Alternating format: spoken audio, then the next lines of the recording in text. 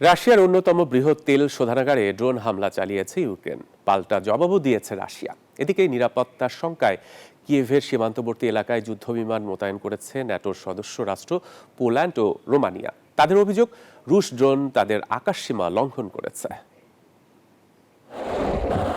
রাশিয়ার অভ্যন্তরে ফের ড্রোন হামলা চালিয়েছে ইউক্রেন। দেশটির বাশকোর্তস্তানের ওফারে এক তেল শোধনাগারে ড্রোন হামলা চালিয়েছে কিয়েভ। এটি রাশিয়ার বড় তেল পরিশোধন কারখানাগুলোর মধ্যে অন্যতম। যদিও কিয়েভের ছোড়া ৩৪০টি ড্রোন ভূপাতিতের দাবি করেছে রুশ বাহিনী। একই সঙ্গে ড্রোন অভিযান সম্প্রসারণ করেছে মস্কো। এমন আবহে ইউক্রেন সীমান্তবর্তী এলাকায় যুদ্ধ বিমান মোতায়েন করেছে ন্যাটোর সদস্য রাষ্ট্র পোল্যান্ড ও রোমানিয়া। রোমানিয়ার অভিযোগ, তাদের একমাত্র স্মার্ট সিটি বসুন্ধরা, আধুনিকতায় এক ধাপ এগিয়ে সীমায় রুশ ড্রোন প্রবেশ করেছে।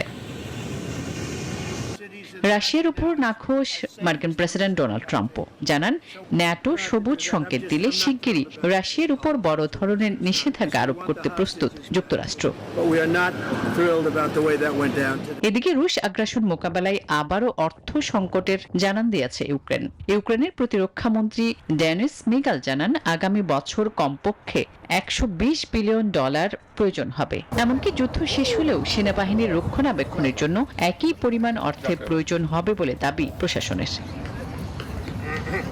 আসপাতুলি, নিউজ 24।